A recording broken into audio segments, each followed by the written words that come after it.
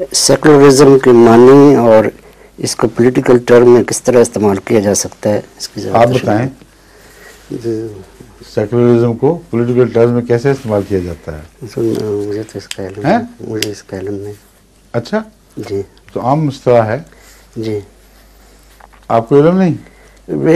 جو اس کا ٹرانسلیشن ہو تو یہ ہے کہ لادینی وہ مذہب سے۔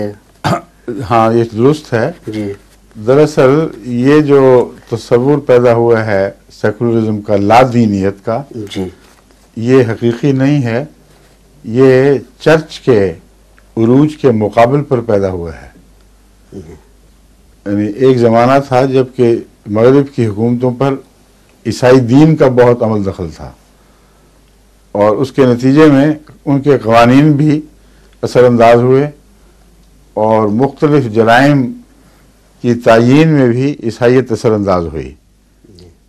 کون سا جرم ہے کون سا نہیں ہے، اس بات کو پرکھنے کے لیے انسانی فطرت کے پیمانوں کو چھوڑ دیا گیا، اور اس وقت جو عیسائیت کا تصور تھا ان پیمانوں کو لے کر ایک جادوگرنی کو زندہ جلانے کی سزا دی گئی۔ مثلا یہ عیسائیت کا تو حکم نہیں تھا، مگر اس وقت کی بگڑی ہوئی عیسائیت نے اس کو ایک جرم بھی قرار دیا، اس جرم کی ایک سزا بھی معین کر دی۔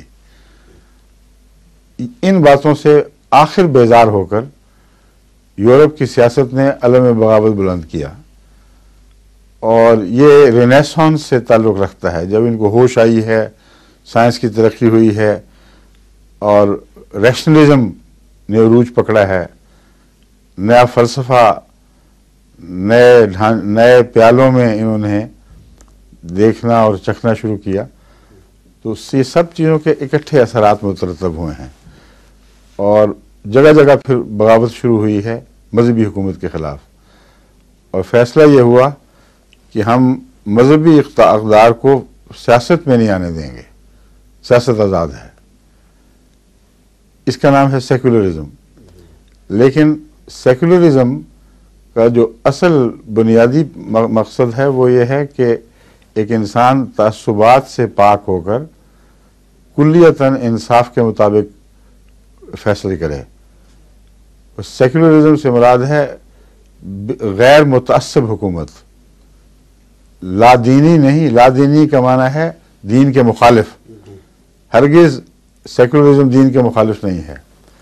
سیکولرزم یہ ہے کہ ہم سیاست میں انسانی عقل کے مطابق جو فیصلے کرتے ہیں کریں گے، اور تم مذہبی دنیا میں جو چاہو کرو، ہمیں تمہارے اندر دخل دینے کا حق نہیں، تمہیں ہمارے اندر دخل دینے کا حق نہیں۔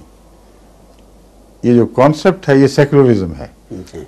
لیکن جہاں سیکولرزم نے لادینیت کی شکل اختیار کر لی اور مذہب کو دبایا، جیسے اشتراکیت کے ممالک میں ہوتا رہا ہے، وہ ہے اصل لادینیت۔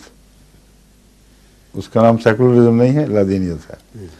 اسلام طرز حکومت میں سیکولر ہے، کیونکہ سیکولرزم کامل انصاف کے تصور پر مبنی ہے۔ مذہبی اقدار کے نتیجے میں نہ کسی کو فائدہ دیا جائے گا نہ نقصان پہنچایا جائے گا، اور یہی قرآن کریم کی تعلیم ہے۔ فَإِذَا حَكَمْتُمْ أَن تَحْكُمُوا بِالْعَدْلِ،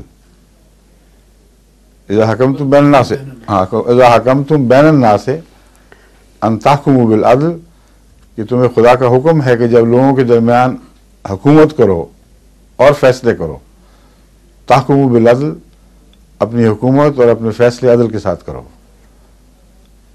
ولا یجرمنکم شنآن قوم علی الا تعدلوا، تمہیں ہرگز کسی قوم کی دشمنی بھی اس بات کی اجازت نہ دے کہ تم ناانصافی کا معاملہ ان سے کرو۔ اعدلوا هو اقرب للتقوی، عدل سے کام لو، تقوی کے قریب تر یہی بات ہے۔ اس سے بہتر ڈیفینیشن سیکولرزم کی ہو ہی نہیں سکتی۔ یہاں تک کہ مذہبی دشمنی کا ذکر کر کے بھی خدا تعالیٰ نے یہی فرمایا، کسی قوم سے ناانصافی نہیں کرنی، خواہ اس نے تمہارے مذہب کے معاملے میں تمہیں دکھ دیا ہو اور تم سے ناانصافی کی ہو۔ جب تم حکومت میں آؤ گے تمہیں اجازت نہیں ہے کہ ان سے ناانصافی کا سلوک کرو۔ اس سے اعلیٰ تعریف سیکولرزم کی ہو ہی نہیں سکتی۔ ٹھیک ہے؟ عدل کامل، اگر سیکولرزم جیسا کہ میں سمجھتا ہوں جی عدل کامل ہے تو یہی قرآنی تعلیم ہے کہ حکومت اس طرح کرو. حکومت کے حوالے میں قرآن کریم نے کہیں شریعت کا ذکر نہیں فرمایا. شریعت ان لوگوں کے لیے ہے جو اس کے قائل ہیں، کیونکہ لا اکراہ فی الدین، ایک کا دین دوسرے شہری پر کس طرح ٹھونسا جا سکتا ہے، سمجھے؟ جی وہ پھر لا اکراہ کہاں چلا جائے گا. ہاں جی اس لیے حکومت کا بنیادی قانون جو اصول کے طور پر حکومت کی رہنمائی کرے گا، ہمیشہ کرے گا، جی وہ ہے ان تحکموا بالعدل، عدل کے ساتھ حکومت کرنی ہے، باقی چیزیں چھوڑ دو. اب عدل جہاں ٹکرائے گا کسی اور تقاضے سے وہ گر جائے گا، عدل قائم رہے گا. ٹھیک ہے. ٹھیک. فالو اپ کر سکتے ہیں کوشچن. جی امریکہ میں